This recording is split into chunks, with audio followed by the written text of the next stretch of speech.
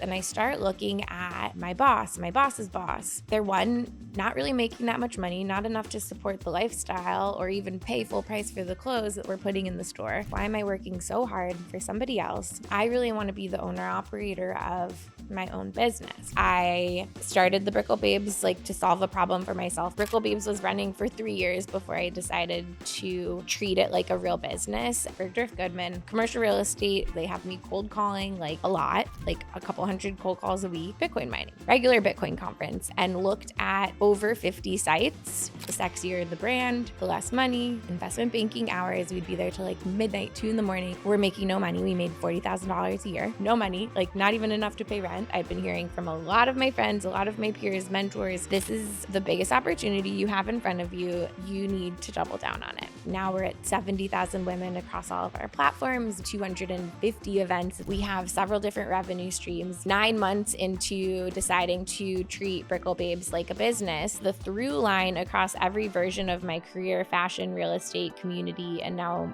media, helping people become the best version of themselves. Welcome to Stacked, the show that helps you become your own best asset. Because in case you missed it, you're allowed to have a high vibe and a high net worth.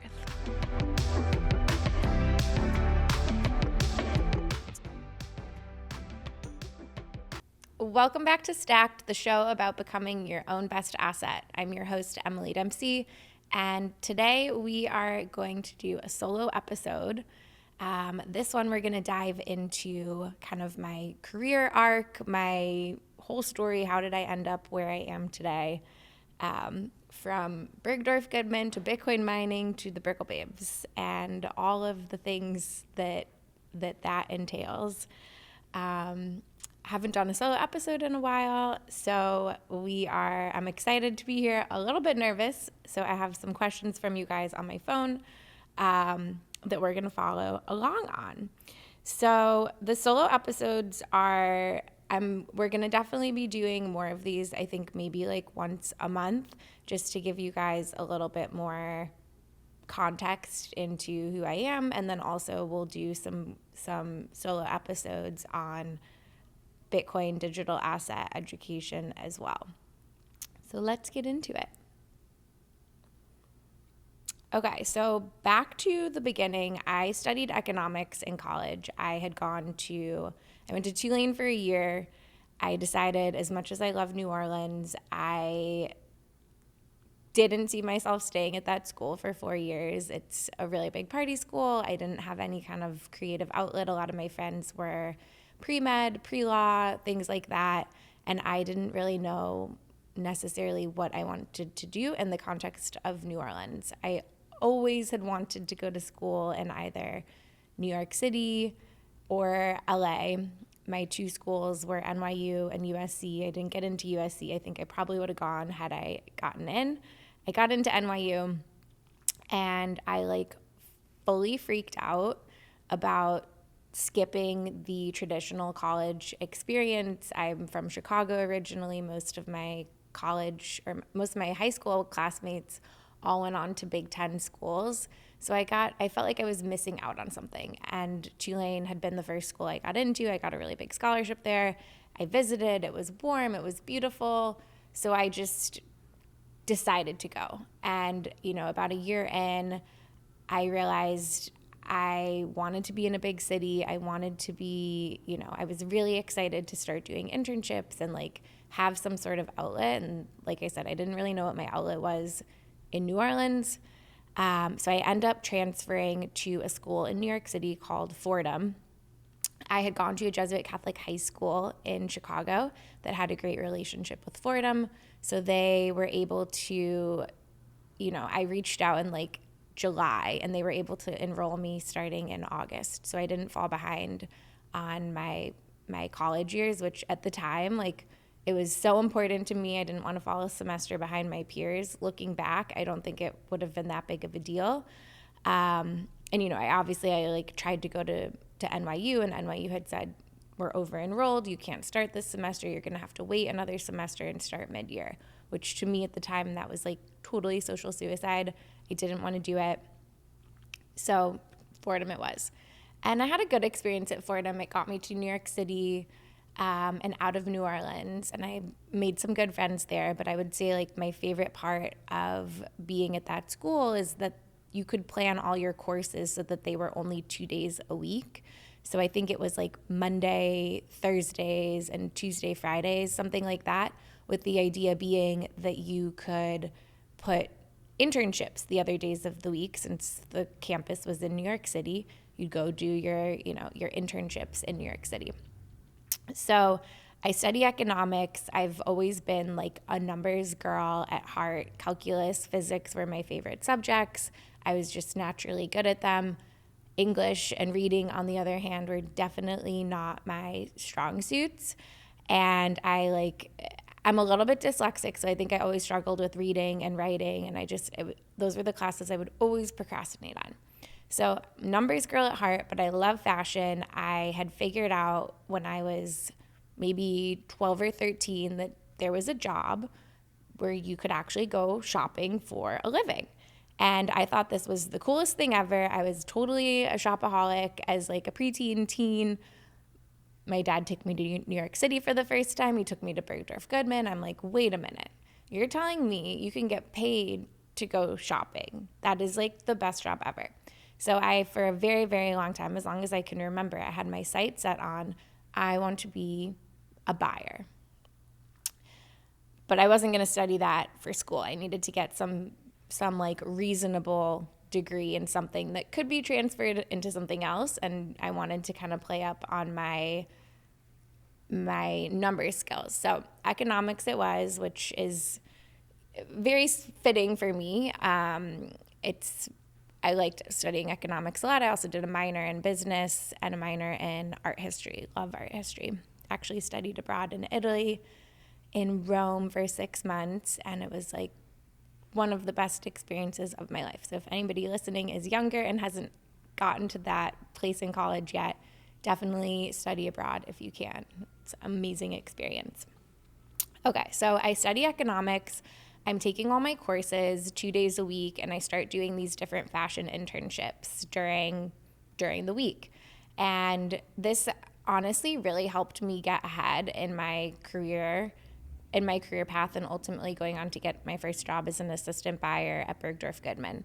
So so many industries are like this, and you can't get a job without experience, but you can't get experience without getting a job or an internship. So I kind of had a leg up on my peers that wanted to get into the fashion space because I had done so many internships, having so much access to New York City in college. So my first internship was, I think, for a PR company doing fashion PR. I was literally like an Uber messenger. I would deliver garment bags to different celebrities' homes, pack up, outfits for them to wear to award shows. It was the most unglamorous job. We were not paid. I don't even know why I did this, but this is just kind of what people did. Then I had an internship working in production. So I was like counting the number of stitches per inch it was for a denim and leather brand. So it was a new denim and leather brand called Black Denim. It was very new at the time, under Kellwood Group, which is the owner of Vince, if you're familiar with that brand. So really high quality knits, cottons, denim, leather, and really high standards for production. So I'm literally counting stitches per inch. I learned how garments are made, and just the whole, not the creative side, but more of the like actual execution, and then managing the business side. So how much money are we going to save if we have 20 stitches per inch versus 15 stitches per inch, and what does that go into the final cost of the garment? So that was very interesting. And then my next internship was in styling. So I had found a job on Craigslist at the time. Somebody was looking for a fashion intern, a stylist. And this is when like Rachel Zoe was a really big deal. And she was kind of like the creme de la creme stylist. It was very like glamorous, like idealized job. And so I'm like, oh my God, stylist, buyer, kind of the same thing. I need to work for this stylist. So her name was Elizabeth Sulcer. I end up getting this internship with her. And I was with her for almost a year and a half or 2 years. And I started off as, the junior intern. And then I kind of moved up to be the head intern. And then I moved up to be her second assistant, which is second assistant is the person that reports into the first assistant. And the first assistant works directly with the stylist. And this is kind of a similar structure in a lot of creative fields, film, photography, makeup artists, hairstylists. This is usually how these kind of teams are structured. So it was a very glamorous job. It was one of the hardest jobs I've ever had. We would be up at 4 a.m. packing for shoots on exotic locations. We did everything from like kind of like really commercial brands all the way to like ultra high end, super glamorous, sexy fashion editorial, working with the biggest models and the biggest photographers. And I learned a lot about like drive and hustle. And also, like, I would say from Elizabeth, she's like a master manifester. And I learned the way that she would talk to people and treat people, that it was always like very positive and rewarding and encouraging. And that was how she was able to motivate people that she worked with in all different capacities. And it was very inspiring because she would always push everybody to like do their best work and be their best version of themselves. So I learned, that was like, I would say my biggest lesson from her. Anyway, so I had gone from intern to working with her to flying internationally to work on some ad campaigns with huge supermodels, and editorial campaigns as well. And it's very glamorous, but it's like, okay, this is not like a salary job. I'm not going to have any benefits. It's all freelance. I felt like I really needed to get the experience of working in a corporate environment. I was 22 years old at the time. And as much as I like loved the styling track, and it probably would have been more lucrative than the buying track, I wanted the corporate experience and the structure. So I start applying to all these different jobs as an assistant buyer, and I end up getting, which literally, you guys, was my dream job at the time, to be the assistant buyer at Bergdorf Goodman on the 5F floor. And if you don't know what that is like all the coolest brands. It's on the 5th floor of Bergdorf Goodman. So it's the super iconic department store in New York City, next to the plaza, next to Central Park. And 5F has all the contemporary brands. At the time, the coolest ones were like Rag & Bone, Hervé Leger, oh my gosh, I'm blanking on them, Helmut Lang, so many of them, blanking on these names for some reason. But it was like the most coveted job that you could have because all the shows were actually in New York. So as an assistant buyer, you got to go with your buyer, your DMM, your GMM, and the chief merchant to the actual runway shows. If you were in, European designer, they were not flying the assistant buyer to the shows. If you were in shoes, a lot of the shows are in Europe, you're not getting to go. So this is like literally like, I think you get it, like dream job. So I have this boss. She had amazing taste. She was good at math. She was good at, she had really good fashion sense, and she wanted somebody on her team that had good fashion sense, kind of looked the part, but also was ready to just jump in and learn everything. So anyway, so I'm doing this job. It's great. It's really intense. We're working like investment banking hours. We'd be there till like midnight, 2 a.m. We may as well have slept under our desks, and we're making no money. We made $40,000 a year. No money, like not even enough to pay rent. But it was the dream job, right? You kind of have to earn your stripes somewhere. And they kind of knew like they didn't have to pay people to work. It's always like this in fashion. Like the sexier the brand, the less money, the less sexy the brand, the more commercial the brand, the more money you can make. So anyway, so this is my Bergdorf Goodman first job out of college. Learned a lot. And we had really small teams, but we got to be involved with everything from all the marketing campaigns to the buys to we would host lunches and dinners for the sales associates, because the sales associates were driving the most volume. So they were really important. So we were always planning events and different things. It was really a lot of fun. The Bergdorf Goodman chapter ends, and I moved on to Saks Fifth Avenue.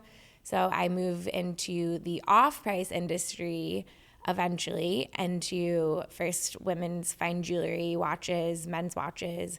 So really learned a whole totally new category in fashion, also being an off-price. Off-price was a lot more entrepreneurial than full price. So full price is extremely political. A lot of times the buys that you're doing are not, you're not even deciding what you're buying or how much you're buying. You're comping numbers from the year before, you're comping buys from the year before, and the fashion director is deciding what is being bought. So you don't even really have any say. Versus an off price, everything moves so quickly and it's very consumer driven that you have to be reactive or almost like setting the trends, telling people like, okay, we're going to buy 500 units of the blue sweater and 100 units of the red sweater because blue is the color of the season and that's what we've decided. So off price was a lot more entrepreneurial, which I found to be a lot more fun. I've always had a lot of entrepreneurial threads in my life, even from a young age. So I liked that there was so much more ownership over the business. I started getting into helping develop the private label collections. So for fine jewelry, everything from like diamond necklaces, earrings, bracelets, just pieces that were under the Saks Fifth Avenue private label, which was a lot of fun. It allowed me to be a lot more creative and just really be like an owner operator of the business. And I skipped over my Barney's chapter. So my Barney's chapter, I was actually an intern at Barney's before I started at Bergdorf's, which is the other reason I was able to get the job at Bergdorf Goodman, because I had the experience as a buying intern before starting as buying assistant buyer. Barney's was great. This was kind of the height of the Barney's time before, unfortunately, they went out of business and actually sold to Saks. So Barney's was amazing. Again, it was like a very small environment. It was corporate, but not nearly as corporate as Saks. Saks is like a mega company with I don't know if they have hundreds of thousands of employees, but definitely tens of thousands of employees. So this is my whole fashion arc, and I'm chasing out my dreams. I'm climbing the corporate ladder. I get put into these advanced training programs where they train you to be a merchant and become a buyer, become a planner, and move on to be more of a divisional leadership role. And I'm kind of going through this whole process, and I start looking at like the people up the food pyramid, my boss's boss. And I realize that they're not really making that much money, not enough to support the lifestyle or even pay full price for the clothes that we're putting in the store, which is very disheartening. And they all were working so hard. They were so miserable. They were so stressed, never seeing their families. Some of them didn't have families. And I just realized this light bulb moment went off in my head. I'm like, I don't want this to be the rest of my life. Why am I working so hard for somebody else? As fun as this is, I really want to be the owner operator of my own business, but I didn't really know what that was at the time. So this is also kind of like influencer culture is blowing up right now. So I had started a health and fitness Instagram basically with another friend, and it was called Detox to Retox. We would go around New York City. We would basically film ourselves doing workouts. We'd share our workouts. We'd review classes. We'd share like skinny tips, skinny cocktails, how to beat bloat, best spray tan tips. And that Instagram account really started growing very quickly, and we were able to monetize that brand. Unfortunately, we ended up going different directions, and I kept Detox to Retox growing. And then the pandemic happened, and I didn't really want to be posting on social media anymore. I didn't really want to be like sharing so much of my personal life.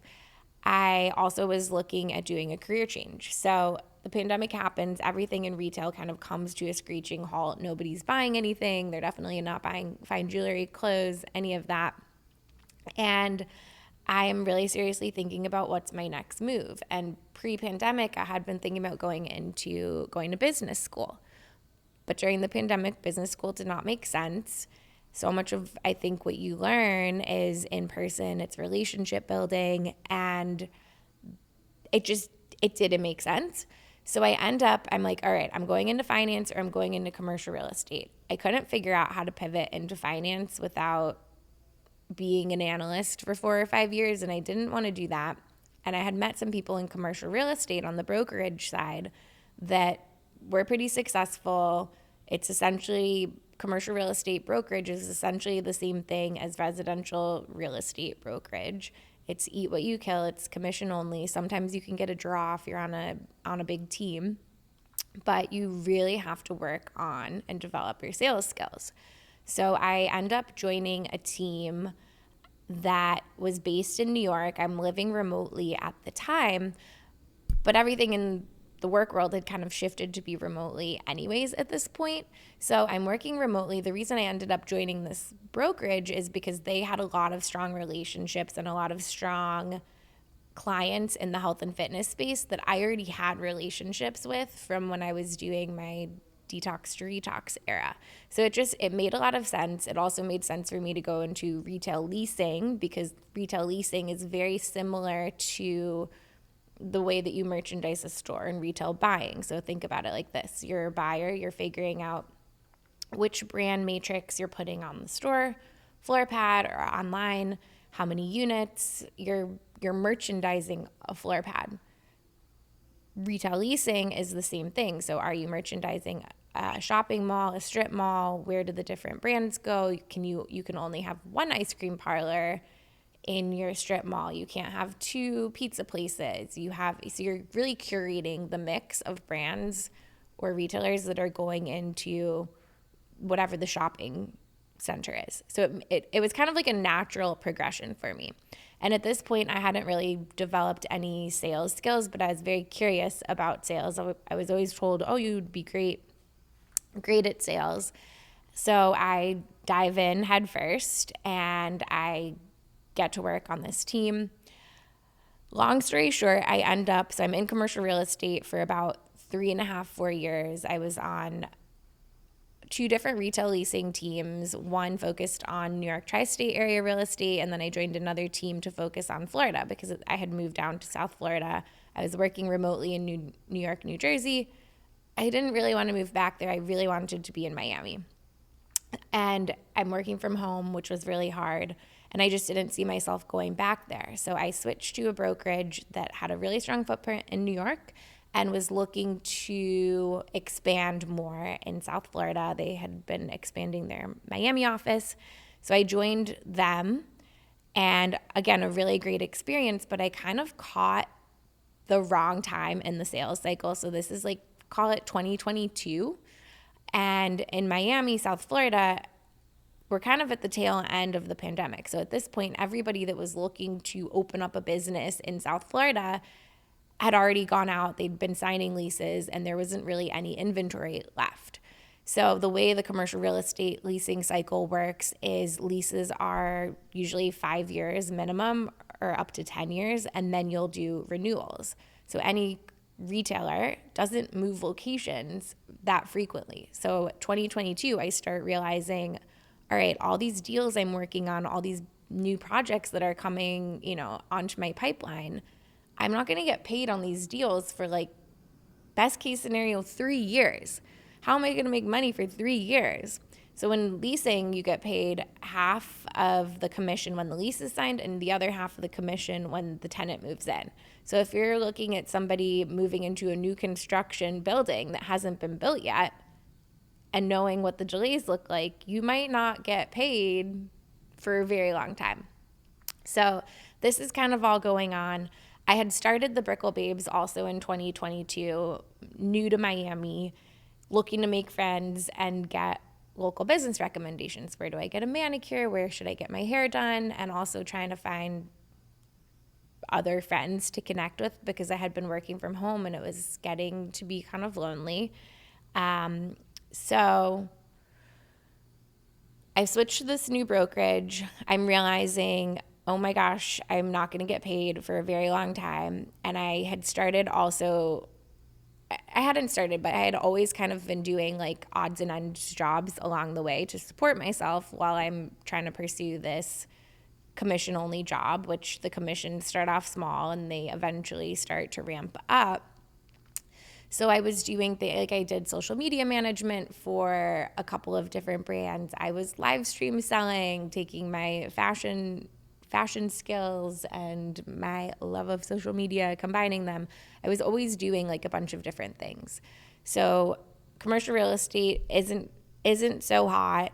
Still not quite sure what am I supposed to be doing, but I'm learning all these sales skills. They have me cold calling like a lot, like a couple hundred cold calls a week. Get used to hearing no, and then I'm also on, I'm on a team, so I'm starting to see a lot of deals get put together. I'm seeing how people are negotiating terms. I'm seeing on both the leasing and now on the sales side, because I had transitioned onto a commercial real estate self-storage team that worked nationally. So I got to learn a lot about the art of the deal, these sales skills. One of the best things I think that anybody can learn in their career is sales skills, whether you end up working in sales or not. It just helps you kind of develop thick skin, get used to putting yourself out there and not be shy. So, okay, so that's the commercial real estate chapter. And I think like the question, like, what did commercial real estate teach me that fashion didn't teach me? And then also, what did fashion teach me? So what did I learn from commercial real estate that I didn't learn from fashion? I learned sales skills, which I think that's probably the most important skill set anybody can learn. It's especially in this day and age as we're shifting to so much more being digitized or automated or leveraged through AI, which I'm the biggest fan of. I think your in-person soft skills are one of the most invaluable things that you can develop, and they are, they're imperative to anybody that is looking to get anything done. And that is really what I learned from my time in commercial real estate is sales, and then also the art of the deal and how do you put together a deal, manage competing priorities, manage different agendas, different,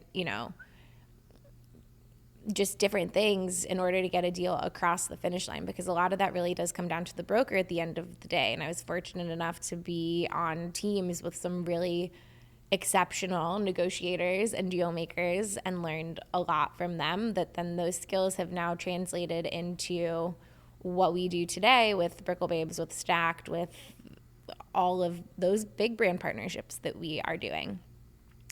Okay, the other question, what did fashion teach me? Fashion taught me,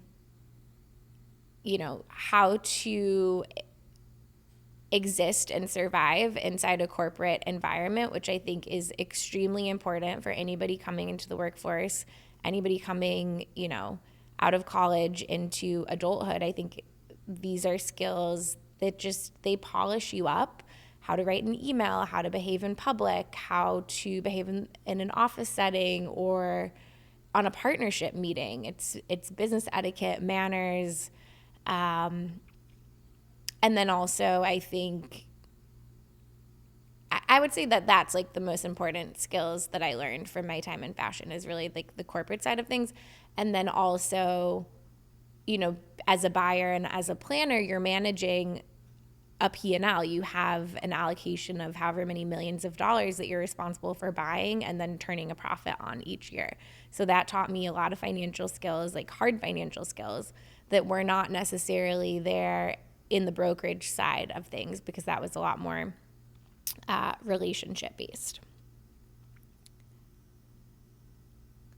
So long story short, I tried a lot of different things to end up where I am today. And what ultimately, Brickell Babes was running for 3 years before I decided to treat it like a real business. And the question is, what changed? What prompted me to do that? So I had switched onto the self-storage commercial real estate team, and they were coming off record-breaking years. And the team was amazing. I'm learning a lot. Self-storage is a great asset class. But this also coincided with the time where interest rates started going back up. And the sellers, that we basically would run around trying to convince people to list their properties with us. Our sellers didn't necessarily want to sell because they had their eyes locked in on these pricing recommendations. They're called Broker Opinion of Value, a BOV, from 2022, which is like highest of the high valuations on these properties. We're talking like 2 or 3 cap, meaning 2 or 3% capitalization rate. So they are getting these crazy valuations. Now, interest rates are up when I come into this market, onto this team, and the sellers still want these crazy sky high prices, but the buyers don't want to pay them because now interest rates are higher and they need a higher cap rate in order to justify purchasing the asset, because the asset needs to make money. It needs to make more money than it costs them to take out a loan on the property in order for it to be profitable. Like if you think about Airbnb, if you buy a property to Airbnb it, you need your mortgage payment to be less than what you're able to profit off of it. Same exact principle applies here. So I come into a super stagnant market. I'm like hitting the phones, cold calling. I end up getting a couple of listings, but it was not easy. And same thing kind of happened. I'm like, all right, what am I going to do? I need to figure out what's the solution here. Like, how am I going to make money? How am I going to pay my bills? So I decide to start looking into the Bitcoin space. And we had been working on a couple of projects in the space separately. And we were looking at setting up a Bitcoin mining operation, as well as managing different Bitcoin native investments. And I was doing this kind of on the part-time on the side, and decided, you know what? I feel like there's a lot of opportunity in this digital asset space. I know a little bit about it. The Bitcoin conference was being held in Miami at the time. I was going to the conferences, and I really wanted to learn as much as I could. So I decide to focus on Bitcoin mining. Can we set up a Bitcoin mine? What does that look like? And I'm not even going to go into that on this episode. That is like a separate episode, separate topic. That is like another Pandora's box. But coming off of self-storage, or while I'm still in self-storage, I start kind of helping out on a little bit of curiosity on the Bitcoin stuff, Bitcoin mining. Ultimately decided to go all in on it, learn as much as I possibly could. I went to every single conference in the space, mining conference, heat your use conference, regular Bitcoin conference, and looked at over 50 sites personally looked at over 50 sites. We probably evaluated 100 sites as investment opportunities, which it's very similar in a lot of ways to looking at commercial real estate assets. If you're looking at a self-storage site, trying to broker it, sell it, something like that, it's an investment producing asset, but a lot of these are not attached to the land. Anyway, I said I won't get into that on this episode. We will not get into it on this episode, but that is what sparked my interest in the Bitcoin space and what led me to kind of start sharing more and more about it with the Brickell Babes community. So now Brickell Babes, how did we decide to go all in on Brickell Babes, and what happened here? So commercial real estate is these things are all happening at the same time, right? So commercial real estate is slowing down. I have this amazing community that just keeps growing, all organic growth. We were at, I think, 50,000 women at that point in time across all our platforms. Monetized it a little bit, but I wasn't really like putting the pedal to the metal, and I was not treating it like a full-time job. Looking back, I started the Brickell Babes to solve a problem for myself, my manicure recommendations, my friends, dry cleaning, tailor, all of that. But I didn't necessarily think oh, this is a business opportunity, nor did I necessarily want to be a Brickell Babe for the rest of my life. And it took me a little bit of time to realize that this community is so much more powerful and so much greater than just me and my ego and the Brickell Babes, and not loving the name. And do I want to live in Brickell for the rest of my life? So anyway, so this is all happening. And about a year ago, actually 9 months ago, I decided to go all in on the Brickell Babes. I'd been hearing from a lot of my friends, a lot of my peers, mentors, this is the biggest opportunity you have in front of you. This is a real business. You need to double down on it. So we doubled down on it. We decided to really look into how can we monetize this community without taking away from the integrity of everything that has been built here. And that is all organic growth. Now we're at 70,000 women across all of our platforms. We've hosted probably 250 events at this point over 4 years.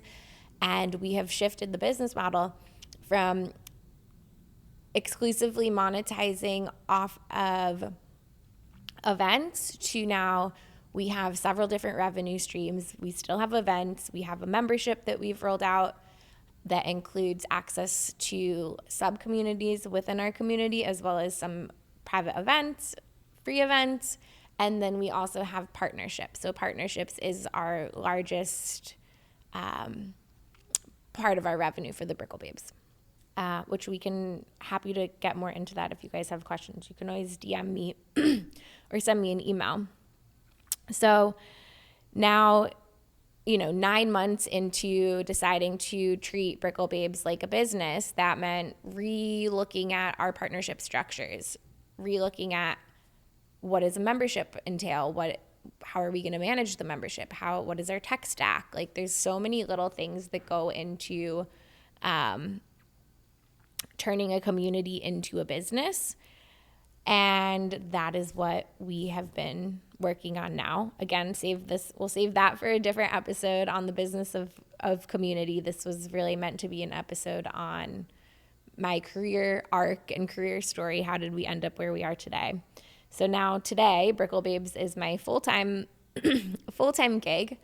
And we recently launched this podcast as kind of the parent layer of what we've been doing in Brickell Babes, which is, of course, curating community and driving in-person connection, but we've also been layering in a lot of professional and personal development aspects to the community in real life here in Miami. And now the idea with Stacked is to take those elements and put them here on what hopefully can become a more national and global layer. And of course, pulling in all of the cool and interesting things I've learned about digital assets along the way.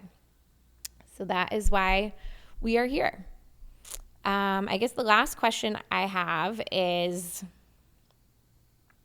if I had to name the through line across every version of my career, fashion, real estate, community, and now media, what would it be? Honestly, this is going to sound really cheesy, but it's helping people become the best version of themselves. So fashion, why did I love fashion? Was because I think fashion, looking your best, feeling your best, go hand in hand. And if you like what you're wearing or you feel confident about what you're wearing, you're going to feel great. Community, same thing. Media, same thing. The whole purpose of Stacked is become your own best asset, the best version of you. And then real estate it's an asset. It's a monetization strategy. The reason I went into commercial real estate was because I wanted to have more financial freedom and more personal freedom with my time than I had in a corporate setting. So I would say that's definitely the through line across everything. All right, that is all we have for this episode. If you guys liked it, make sure that you subscribe to us on the platform you're listening to. Give us a like, give us a 5-star rating. All of your engagement helps, especially this early on in the show. Please share and follow, and we will see you next time. Bye-bye. That's a wrap on this episode of Stacked. If this one added value, share it with someone who's ready to level up their financial life. Subscribe so you never miss an episode. And if you're feeling generous, leave a rating and review. It helps us keep the show going and reach more people who are serious about becoming their own best asset. You can subscribe to our newsletter at www.stackedassets.co for weekly intel on Bitcoin markets, business, and living well. Follow along on socials at Stacked Assets or my personal at Emily Dempsey for more on Bitcoin business and building the life you actually want. I'll see you next week. Stay stacked.